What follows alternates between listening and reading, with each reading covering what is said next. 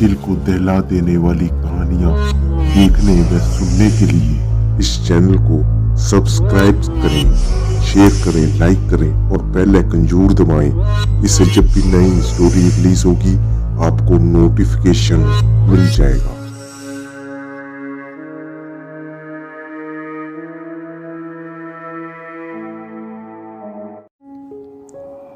रात के 11 बज चुके थे। आज पूर्णिमा की रात थी। चांद आसमान में चमक रहा था।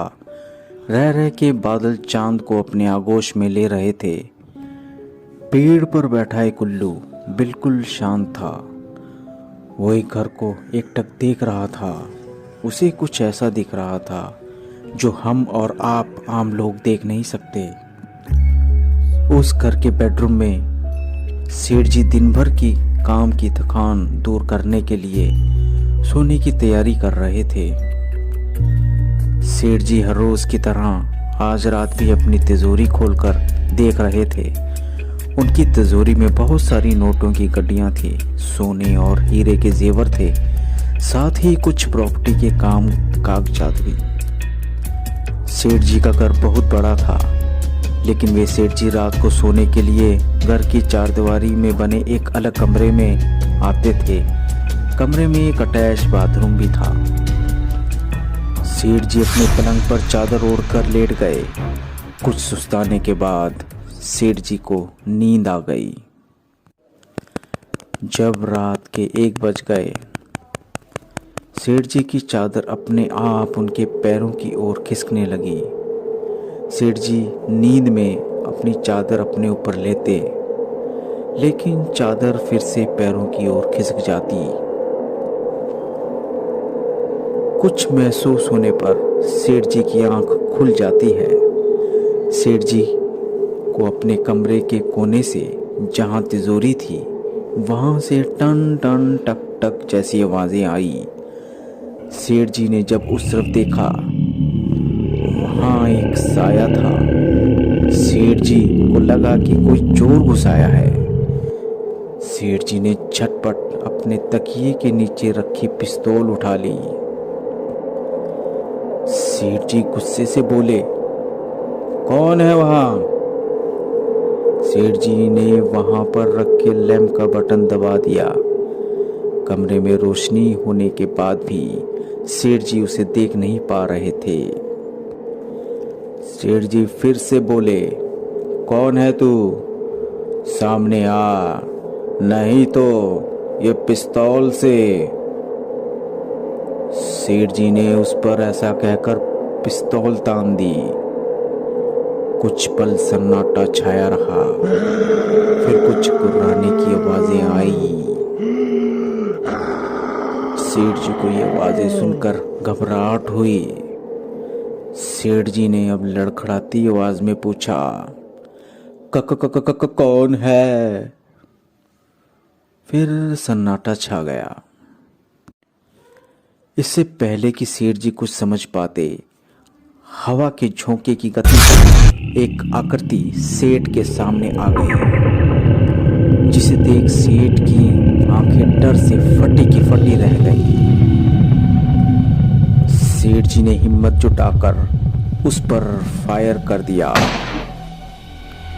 गोली हवा को चीरते हुए उस भयानक आकृति की ओर बढ़ी, लेकिन उससे टकराते ही पिचक गई, मानो जैसे उस गोली को किसी हाइड्रोलिक प्रेस के बीच में रख दिया गया हो।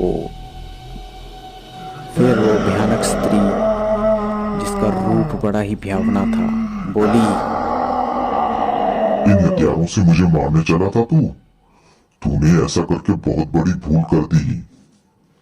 मैं एक मायावी यक्षिणी हूँ और जो मुझे देख लेता है वो जीवित नहीं रहता। ऐसा कहकर मायावी यक्षिणी ने सेठ के चेहरे को अपने खुरदरे हाथों से व तेज नुकीले नाखूनों से नोच डाला। सेठ को का बहुत खून बह गया, जिससे वे मृत्यु हो गए।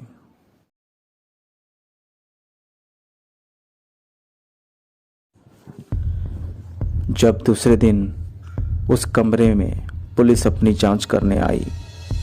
इस घटना को देख सब भयभीत हो गए। पूरे शहर में डर का माहौल छा गया। केस की जांच कर रहे इंस्पेक्टर ने कहा, मैंने अपने पूरे कैरियर में ऐसा केस नहीं देखा। जिस प्रकार से सेठ का मुंह नोचा गया, ये कैसे मुमकिन है? तिजोरी एक मोटी लोहे की चद्दर से बनी हुई है, फिर भी एक कागज की तरह मोड़ दी गई है। तिजोरी में पैसा, जेवर सब गायब। जिसने भी ये किया वो चोरी के इरादे से घर में घुसा होगा, लेकिन घर में घुसने का कोई निशान भी तो नहीं है। इंस्पेक्टर हैरान परेशान था। पूछताछ करने पर भी कुछ हाथ ना लगा। कुछ दिनों बाद रात का वक्त था।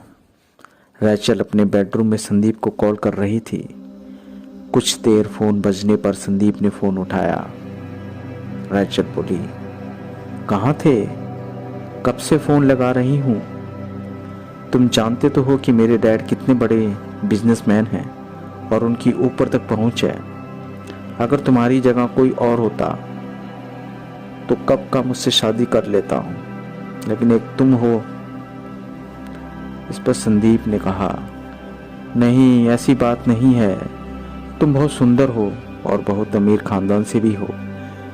ये बात नहीं है कि मेरे दिल में तुम्हारे लिए प्यार नहीं है। बस इसलिए तो मैं तुम्हें कह रहा हूँ कि मुझे प्लीज भूल जाओ। प्लीज भगवान के लिए मुझसे दूर रहो।